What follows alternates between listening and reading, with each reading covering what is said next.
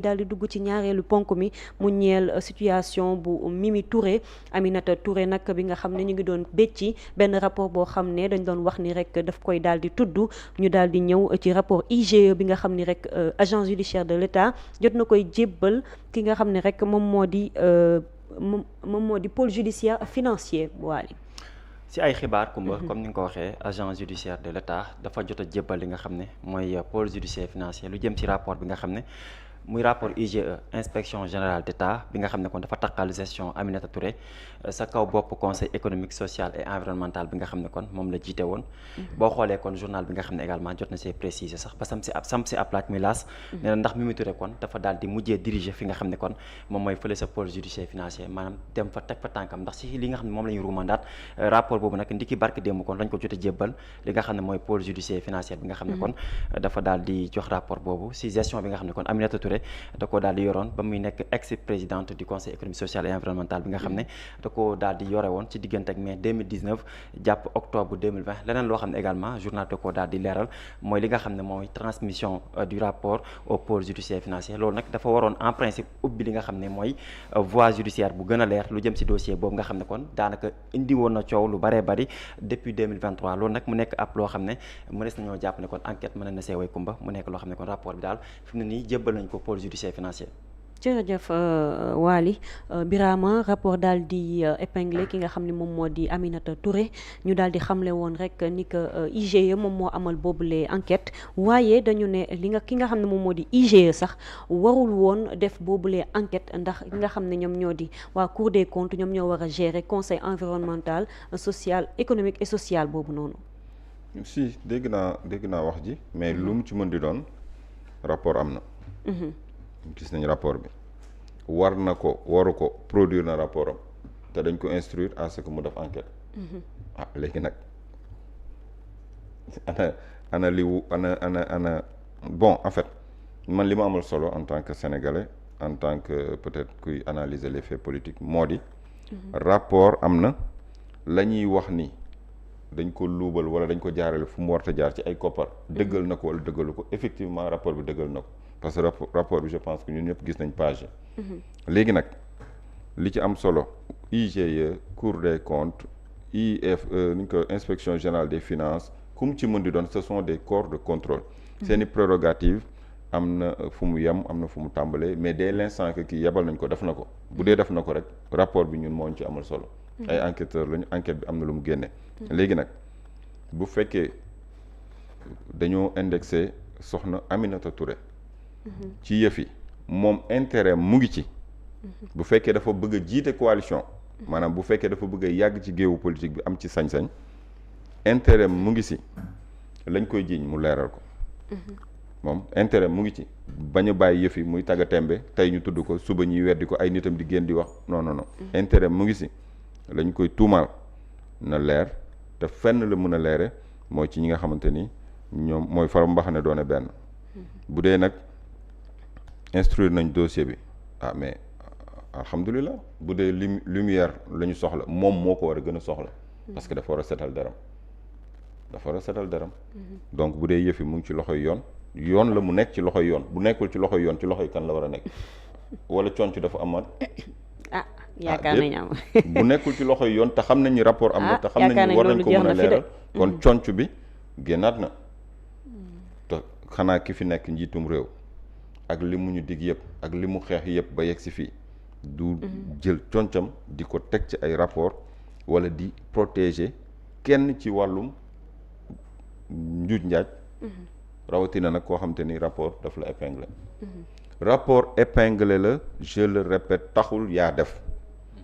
bu ñu demee fañ ko war a leerale di nga génne say argument ñu wane ni rapport bi lii la bind nga wane ni lii moo am teg say kayit yu leer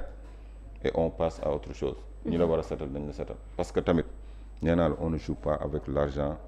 des Sénégalais on ne joue pas avec les deniers publics on parle de 100 200 500 millions ba naan ay 2 milliards loolu du ay caaxaan Kumba dafa war a leer muy moom muy keneen rawatina nag bu fekkee moom dafa am benn sursaut wala benn résurrection politique bu mu bëgg a entamer na leeral lépp li nga xamante ni mën na ko gàkkal ci carrière politique am bañ ko koy xoole wala ñu ko koy jiiñe rawatina nag ki nga xamante ni moom moo ko tàllal loxo mu di président Bassirou Diomaye Faye moo ko delloo si waat ci attelage gouvernemental moo ko delloowaat aux affaires bokkul ci gouvernement bi mais moo ko delloowaat aux affaires ndax moo ko tabb envoyé spécial ñu naan déet na waay mu bugg ko tabb pour mu jiiteel ko coalition loolu lépp nag bu naree am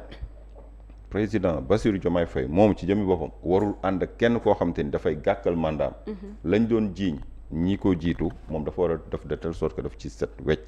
ci wecc nag mooy dossier bi na leer ñu xam ki def ak ki deful li ciy dëgg ak li ci dul dëgg intérêt moom Aminata Touré mu ngi ci intérêt président Bassirou Diomaye Faye mu ngi ci donc nañ xool fan Birama Camara dossier bi dafa war a leer ñu xam te bul fàtte ni Idrissa Seck ñu ngi wax rapport ñu ngi wax enquête mais Idrissa Seck moo succédé Aminata Touré ci conseil économique social et environnemental te laataa muy jël fonction dafa audité loolu c'est connu de tous dafa audité avant muy jël fonction lu taxoon mu bëgg audité pour xam sañ-sañam fan la tàmbale ak ki mu wuutu fan la bosam yem waaw kon nag yëpp leer na jërëjëf Birama Camara Mohamed ñu gis Aminata Touré bi muy jiite conseil environnemental et social et environnemental dañu ko daal di sampal benn rapport bi nga xam ne rek daf ko daal di topp ñi xam ne ni que rapport bi mën na nekk loo xam ne dañu ko commandité ndax loolu dina am ay njeexital ci carrière politique am. waaw xam nga ay rapport commandité ak yooyu moom boo liree le décret 2007/809 bi nga xam te ni dafa revenir sur l'organisation et le fonctionnement de l'inspection générale d'État dafay régler ay problèmes yu bëree bëri moo tax boo ko liiree sax duñ fi nekk naan est-ce que c'est commandité ou pas parce que boo demee dès l'article premier am na benn passage bu mu lay wax ne que le président de la République approuve le plan stratégique de vérification et le programme annuel d'activité préparé par l'Assemblée générale des inspections générales d'État et transmis par le vérificateur général ce que président moom mooy approuvé li nga xam ne nii moom mooy stratégie bi ñu am le plan stratégique de vérification moom mooy valider aussi le programme annuel d'activité ku mën a valider mën a approuver yi tamit bu la ne mën nga xool ab structure boo xam ne nii te loolu yoon may na ko président de la République mu ne dama leen ma barab sàngam ngeen saytul ma lan moo fa nekk ngeen indil ma ko loolu maanaam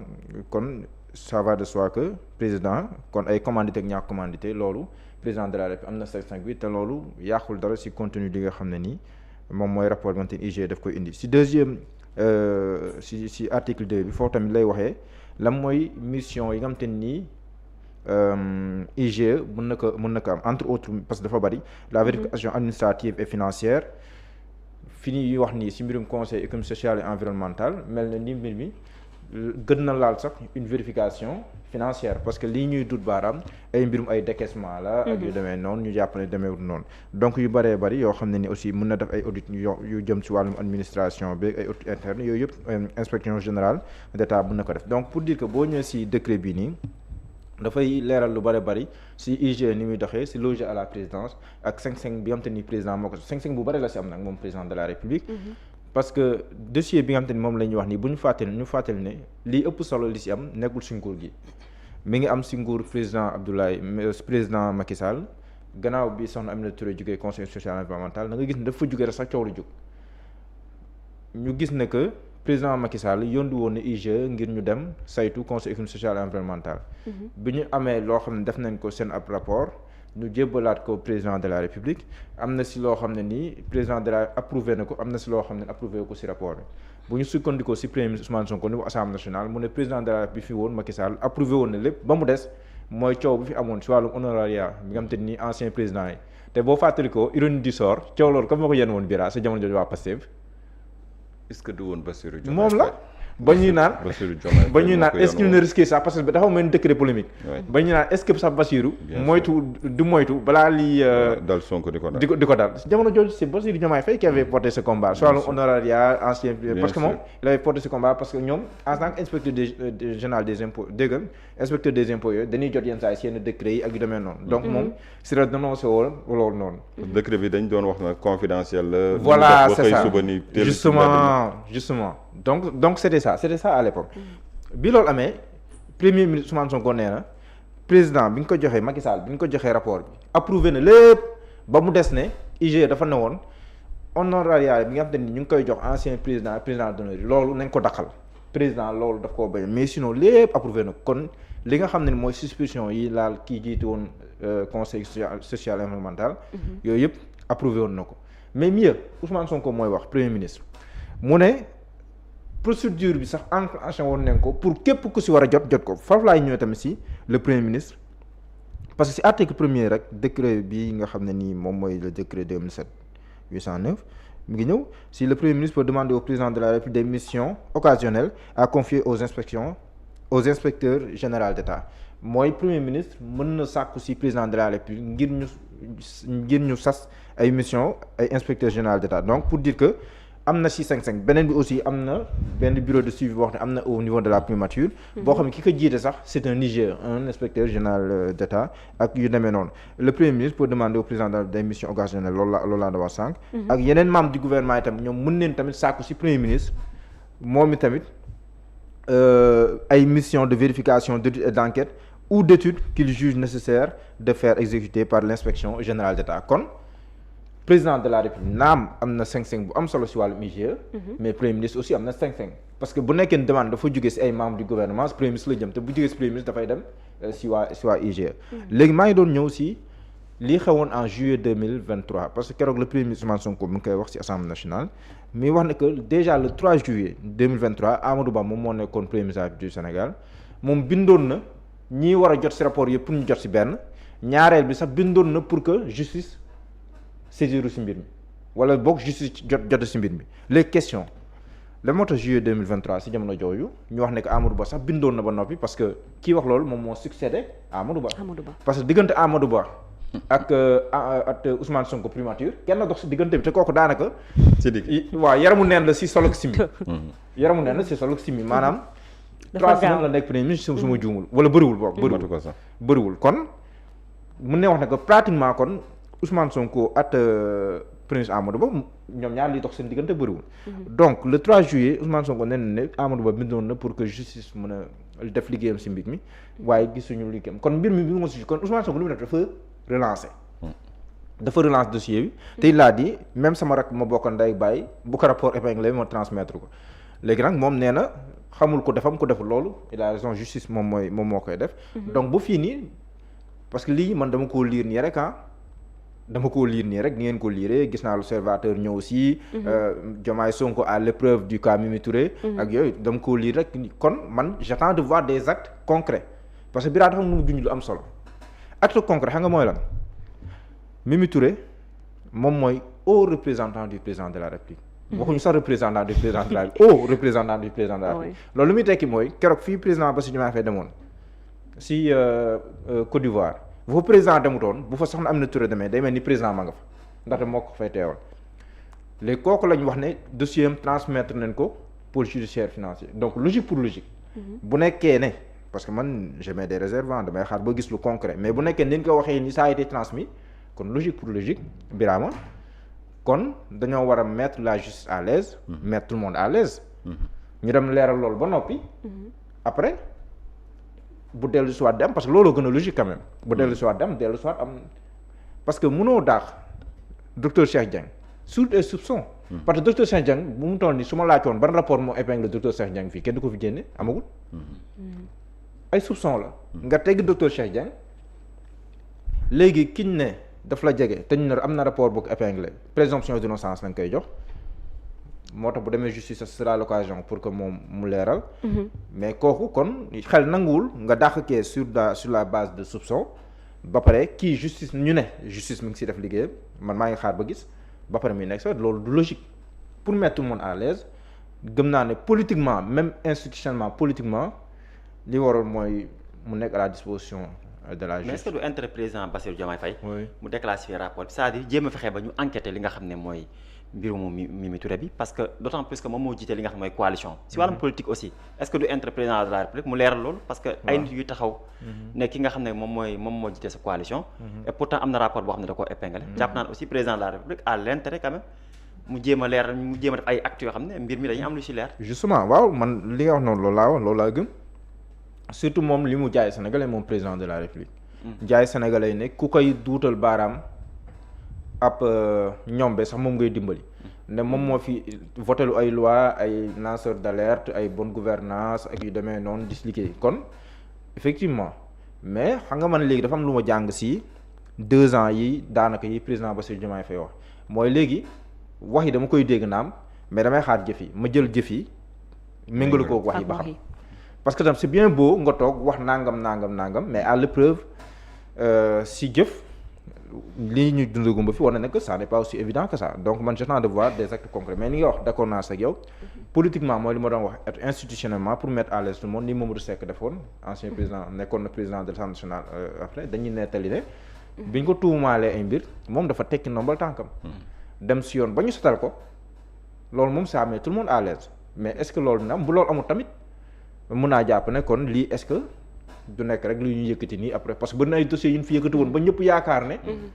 après mujjul fenn. bëri na fi donc man dama siy tey mais dama ne rek bu nekkee ne lii am na kon conséquence su war a tirer bokk na si li may wax nii mooy mettre tout le monde à l'aise kii politiquement yi tamit mi ngi noonu parce que Ousmane Sonko dafa mettre le président Bassirou Diomaye Faye dans une position inconfortable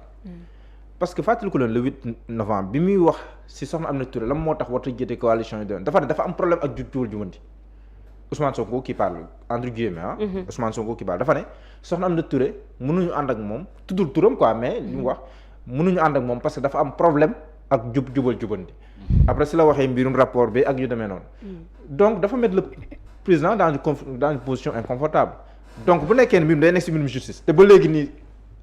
soxna si nekk si président di ko teewul fu nekk di kii kon loolu ba tey ça serait paradoxal kon le problème avec lu jubal jubanti mi ngi fi ba tey encore que présomption d'innocence accusé wuñu kenn waxuñu kenn yaa def tant que justice waxul na yaa def mais fait woowu dafay mettre le président Diomaye dans une position inconfortable tant que mu ngi ko fay bàyyi ak li ñu wax ne moom la wax gisaguma ko weddi formellement mais ñoom Farba Ngom ñi nekk ci kaso beeg ñoom tamit bu leen neexee ñoom tamit ñu ne ay rapport commandité moo leen téye kaso bi ku ci mën dara ak ñeneen yi parce que man même reddition des comptes d'une manière générale damay naan mais bon ban ancien ministre leen fi gisagum suñ doon tudd ay dossiers à milliards laa wax de ay dossiers à milliards de gros dossiers ban ancien ministre ngeen si gis ñu inquiété ko de gros dossiers à milliards waxuma ay mbirum Cour des comptes sur la gestion de Covid-19 waxuma loolu nga am ay 2 milliards ak mais de mooy li ñu wax ay milliards yu bari ban ancien ministre nga fi dégg déggoo fi kon pour dire que mi ngi noonu donc il y a beaucoup de questions à se poser à propos de la reddition des comptes peut-être que loolu du débat bi mais fu man li nga wax foofu laay daanale politiquement dafa am ay conséquences institutionnellement dafa am ay conséquences léegi bu loolu amul comme man damay fu ñu yemoon si dossier bi rek voilà yem di wax du ma projeté wu si li ñëwagul parce que dara leeragul sumay gët fu mu toll nii amaguma benn preuve sax ne que jox nañ ko PGF dama koo dégg nii rek liir naa ko ñu bind ko mais amaguma si preuve benn ñaareel bi tamit bu nekkee ne dem na ba firndeel ñu ne ko jox nañ ko PGF mais ba léegi ni institutionnellement politiquement amul changement fait ba tey damay toog rek di seetaan parce que tamit voilà parce que voilà mi ngi noonu daal mais damay observer xool ba xam fan la wànnanti di mujjee ki gëtëm mais politiquement aussi est-ce que lii mënul nekk tam benn boulevard boo xam ne ni mën nañ ko ubbil président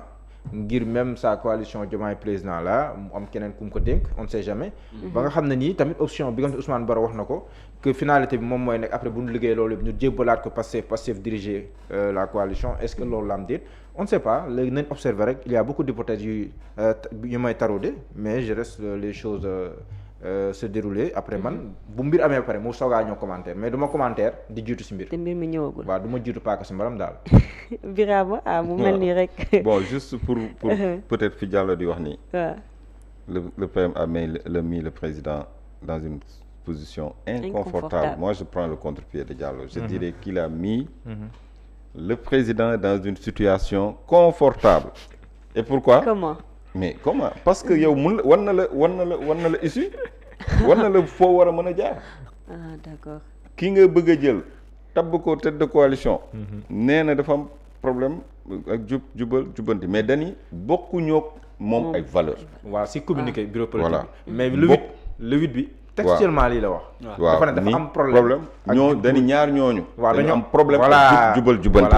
voilà même bu tuddul tur. waaw tuddul tur léegi comme bureau politique bi ñëw fàttali ni. bokkuñoo ak ñoom ay valeurs. c'est vrai waa léegi koo xamante ni yow mook say ñooñ bokkuñu valeur nga bëgg ko moom mooy li ma la doon wax rek le loup est dans la bergerie yow bokkuñoo nit ki valeur nga bëgg ko jël imposer ñu ko yow nag buñ la waxee ni la kooku rapport da ko épinglé kon yow war nañ la issue boo war a mën a jaar pas pour se débarrasser d'elle mais pour def loo xamante ni yow ëllëg si biir du am lu lay rattraper ci ànd bi nga ànd ak moom ndax dès le début de votre compagnonnage leeral nga est-ce que liñ koy jiñ am na wala amul sinon day nekk benn gàkk boo xamante ni non seulement yow rek la mën a porter préjudice ndax yow yaa jël nguur gi am loo ñu jaay mu di rupture systémique ba pare ñëw bëgg a faire du neuf avec du vieux te loolu mënta ne gis nga soxna si man dama jàpp ne dañ ko wan yoon wi président yoon waa ngi nii gis nga yaa ngi fàttaliku film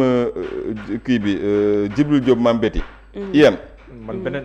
film la ma fàttali après dinaa ko wax ba ñu taxawee ni ñu Dramé yoon waa ngi nii boo ci jaaree texe mucc président yoon wi dañ la ko wan leeralal kaaw Aminata Touré en attendant teg ko nii mu justice def la ca war surtout que Diallo wax na lu am solo ba léegi nii gisuñu dara luy firndeel ni pôle judiciaire financier jël na dossier bi te ñun xam nañ manipulation bi ni muy jaaree ci réseaux sociaux xëy suba rek jël information doo ko sourcé ni ñu jébbal ñu ko ñu dem ba gëm ko man nag bala ma koo gëm damay gis yëf yi am ay jéego gis luy concret mais ay page Facebook ak nit ñi di ko partager ay information créé ex nihilo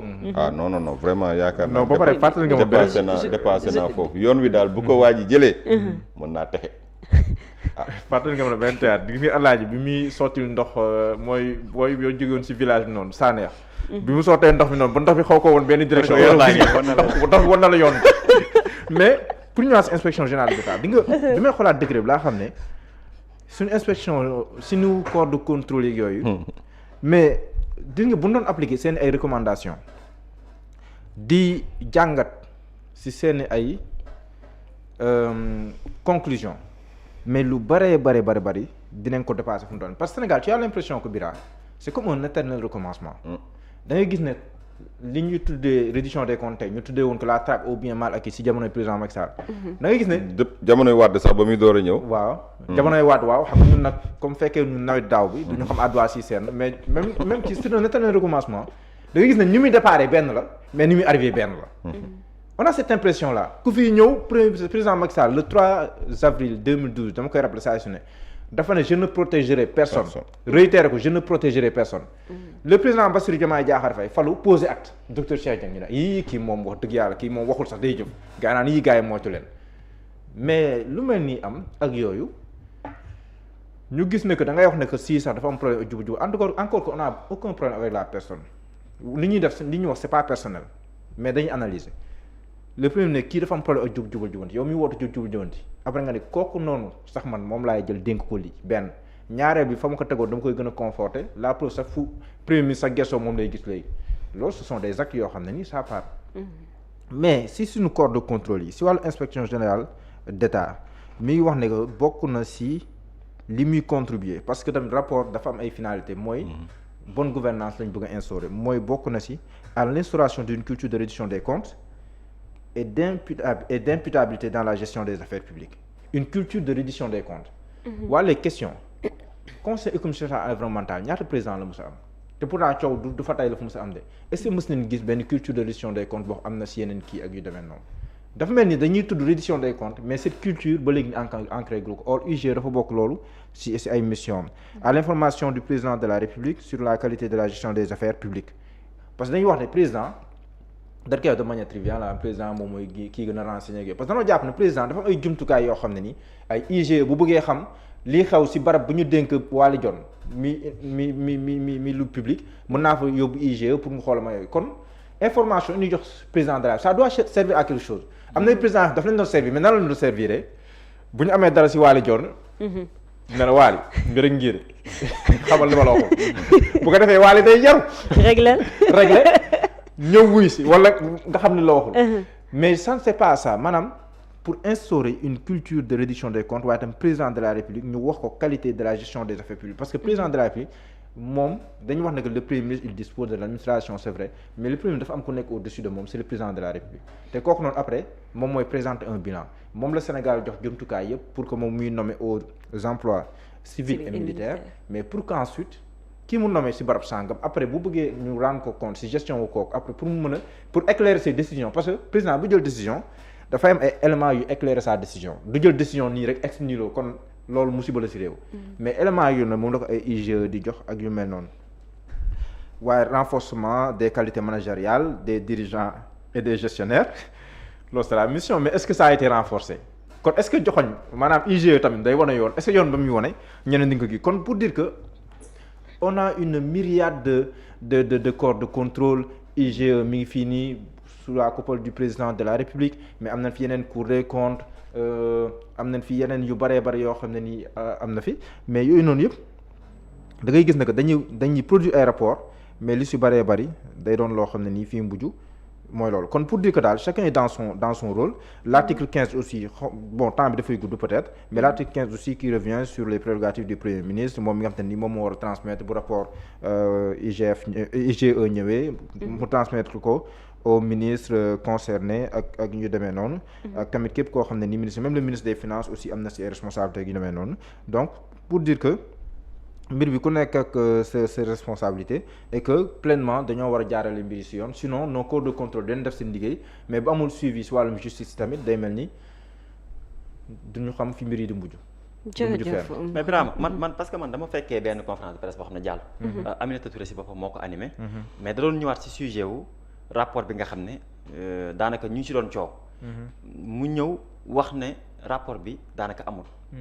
benn bi mooy aspect politique la daal di évoqué jamono yooyu président Macky Sall moo nekkoon président de la République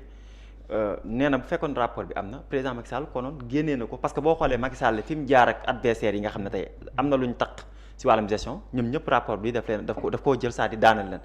est-ce que tey jii tey bu fekkee ne li ñuy wax président Bassirou Diomaye Faye li muy wax naan rapport bi rapport commandité la mais bu fekkee ne dégguñ publiquement wax ko si gémmiñam mais est-ce que bu fekkee ne loolu am na mais du jox bu dee rapport commandité sax loolu c'est normal mën na nekk rapport commandité mais loolu le problème ne se situe pas là parce que président am na sens ci IGE mën na leen a yónni bu nekkee yónni boobu rek mooy commandité kon loolu garaaw mën na leen a yónni mais pourquoi pendant tout ce temps depuis 2023 ba léegi ñu ci coow ba tey mbir mi mënul leer et que silence bi nga xam ne aussi Mimi Touré def na ko parce que boo xoolee ba tey Mimi Touré waxul si même bu fekkee Ousmane Sonko keroog si terrain meeting bi junj na ko wax am lu mu wax si moom gisuguñ mu def benn réaction gisuñ mu bind gisuñ mu wax publiquement deful dara mais mën nam Mimi Touré moom day xaar biir bi dem justice mën nam elle a des arguments mën nam day xaar ba justice parce que tamit justice la mbiri war a leerer du leerer sur un plateau télé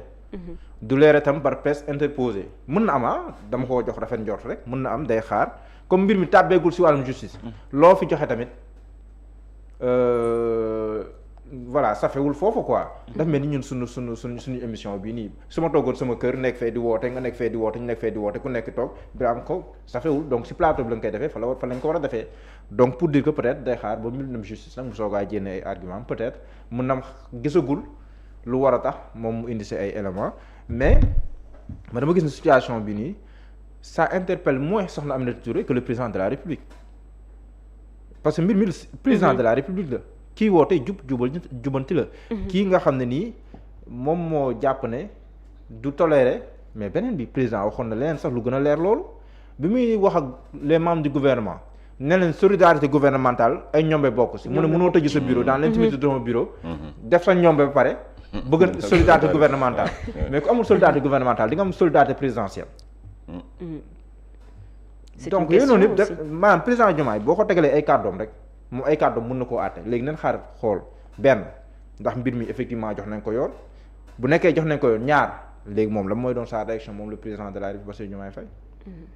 déjà le fait que premier ministre toog assemblée nationale ne mbir moom jébal naa ko yoon man ni ma waroon def naa ko rek bu mbiri taxawee rek xel mën na ñaaw wax ma nag loolu la mais xel mën na jàpp ne kon bu taxawee est-ce que amul keneen ku ko taxawal xel quoi xel li Paasan Seck waxoon mën naa wér soom léegi ma xalaat kon léegi moom gars yi lay teel a woo tol ma ko ma woo grand birana su ma woon xam naa dina mu utal avocat loolu la donc loolu xel mën na xalaat kon moo tax ma ne dafa mettre le président là dans une position inconfortable mooy li munti am mbir mu demee si kanam yoon. moom def na liggéeyam. il faut mu poser acte bi wane ne que moom par rapport ak jëf yi wax yi mu doon wax. il est conséquent il faut mu poser acte bu demul si kanam yoon xel di xalaat naan est-ce que amul loxo bu ko téye kon si côté bi comme si côté bee il est dans une position inconfortable mais nag position inconfortable mën na jekkal toogaay mooy li Bira wax. mooy yoon feeñ na est-ce que dina àbb yoon boobu waaw wala déet loolu tam question la. jërëjëf Mouhamed Diallo ay question yu bëri la. question yu bëri la ay laaj yu bëri ñoo samp léegi da ngay laaj rek bul tontu de parce que wóorul fi ngay toog wax ba xotteeku xoolal wax boo xotteeku yow suba ñu ne la. moo tax après nga ndeykaat fi nag naan dossier léegi dootuma soreeti moo tax léegi moom. man doo si tey de dama koy gis ci Babacar day wax ba pare ne la ab laaj bi samp la. laaj bi samp rek. ab laaj bi samp la maanaam ab laaj bi samp moom kenn mënu cee woo kenn. suñu maître bi ñu yoroon suñu daf doon wax ne que je ne sais pas n'a jamais emprisonné personne. ah oui c'est sûr je ne sais pas n'a jamais emprisonné personne.